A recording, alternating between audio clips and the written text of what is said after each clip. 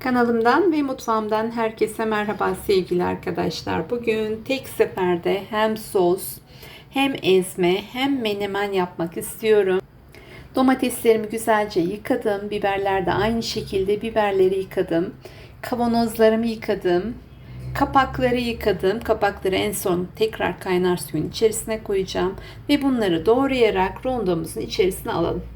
Domateslerim armut domates gerçekten çok güzel oluyor. Kokusu da çok güzel. Bunları marketten 14 liradan aldım. 3'e 4'e dilediğiniz şekilde bölebilirsiniz. Kabuklarını soymuyorum ben. Bazı arkadaşlar kabuklarını soyuyorlar ama kabukları en çok zaten değerli yerleri, meyvelerin, sebzelerin.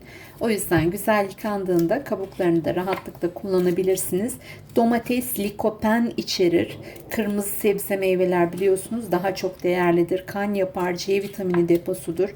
O yüzden bol bol mevsiminde domates tüketmelisiniz. Çocuklarınıza da eğer yemiyorsa domatesli menemenler yaparak ya da sandviçler yaparak ya da domates çorbaları yaparak çocuklarınıza da rahatlıkla değişik şekillerde tükettirebilirsiniz. Doğradığım domatesleri rondonun içerisine alalım.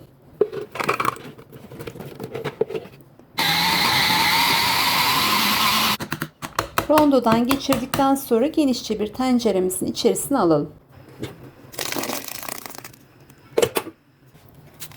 Domatesler rondodan geçirildi, tencereye aldım. Şimdi biberlerin çekirdek kısımlarını çıkarttım. İçerisine ince şekilde biberlerimizi doğrayalım. Aynı tencerede hem sos, hem turşu, hem ezme, hem menemen yapıyoruz.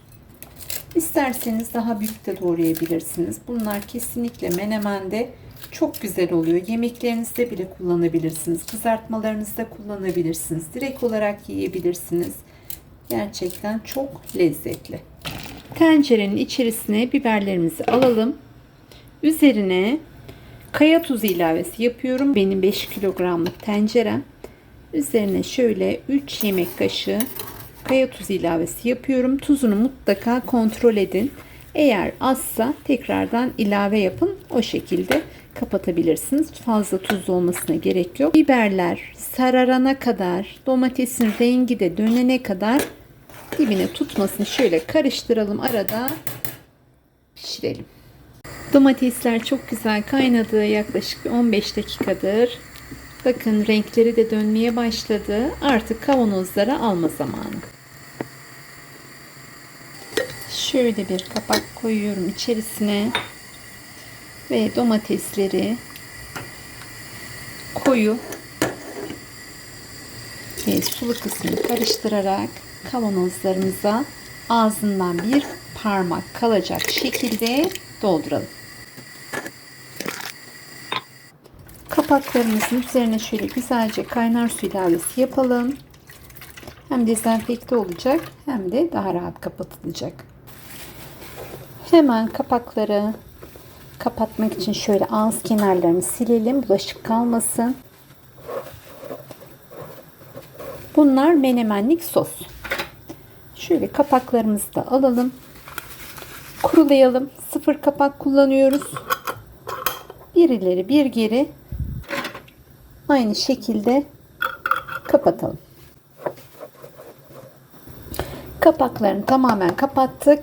Hiç ters çevirmiyorum. Bu şekilde üzerlerine battaniye örtebilirsiniz ya da direkt bu şekilde sabaha kadar bekletebilirsiniz. Bu arada biberlerimi de güzelce yıkadım. Bunlar bahçe biberleri. Sap kısımlarını şöyle alıyorum. Bunları direkt birazını doğrayacağım, birazını bütün olarak atacağım. Ezmeye geçelim. En son kalan domateslerim var. Onun içerisine biber ilavesi yapalım. İçerisine acı biber de ilave edebilirsiniz. Acı sevenler direkt acıyla da yapabilirler. Benim bahçe biberlerim acı zaten. Bunlar acı. Domates ve biberleri de direkt olarak rondodan geçirelim. Bu arada domateslerin diğer kısmı kaynamaya başladı. İçerisine biberli domatesli sosumuzu ilave edelim. Yine tuzunu ayarlayalım. Rengi dönene kadar şekilde 2 yemek kaşığı kadar tuz ilavesi yapıyorum. Kaya tuzu kullanıyorum. Yine kavanoza alacağım zaman kontrolümüzü yapalım. Domates ve biberler pişerken bu arada sarımsaklarımızı soyalım. Şöyle bir sarımsak soyacağı bulursanız gerçekten çok güzel. Sarımsakları direkt içerisine dolduruyorum. Pratik bir şekilde sarımsaklarımızı soyuyorum.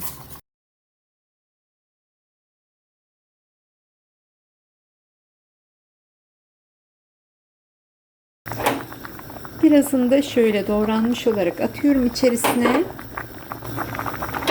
Domateslerin rengi döndü. İçerisine sarımsaklarımızı ilave edelim. Bu aşamada birazını ayırdım. Turşuluk için turşuluk biberler katacağım içerisine. Biberlerimizi de atalım. Bunlar turşu olacaklar. Soslu turşu sevenler için. Pişen domates sosumuzun içerisine, ezmemizin içerisine yarım çay bardağından az sirke, yarım çay bardağından az zeytinyağı ilavesi yapıyorum. Bu aşamada tuzunu kontrol ediyorum. Tuzu biraz az gibi.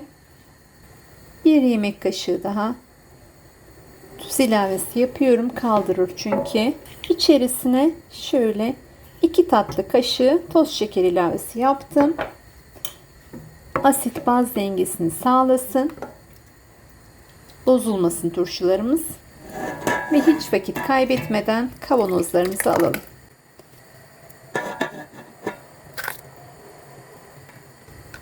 Ağızlarında mutlaka 1 santim boşluk bırakıyorum. Tam yani kapak kısmına kadar boşluk bırakıyorum arkadaşlar.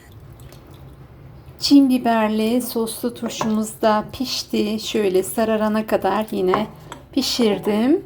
Ve içerisine yarım çay bardağından az zeytinyağı ilavesi yapıyorum. Ve yarım çay bardağından az sirke ilavesi yapıyorum. Yine asit baz dengesi için şöyle 2 silme tatlı kaşığı şeker ilavesi yapıyorum.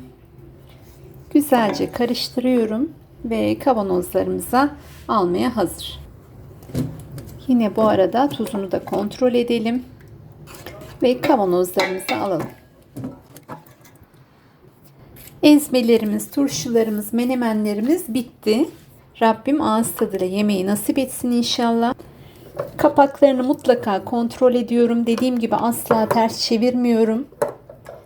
Üzerlerine battaniye örtün veya örtmeyin. Bir gece bekletiyorum. Ertesi gün tık tık sesini duyarsam kapaklarım tutmuş. Tok tok sesi varsa kapaklarım tutmamış. O kapakları yeniden kaynar suyla birlikte kaynarlayıp yeniden kapatıyorum.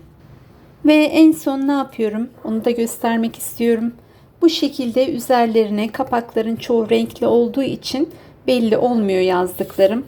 Onları bant yardımıyla üzerlerine yapıştırıyorum. 2024 ezme. 2024 menemen. Onları da üzerlerine güzelce yapıştırıyorum.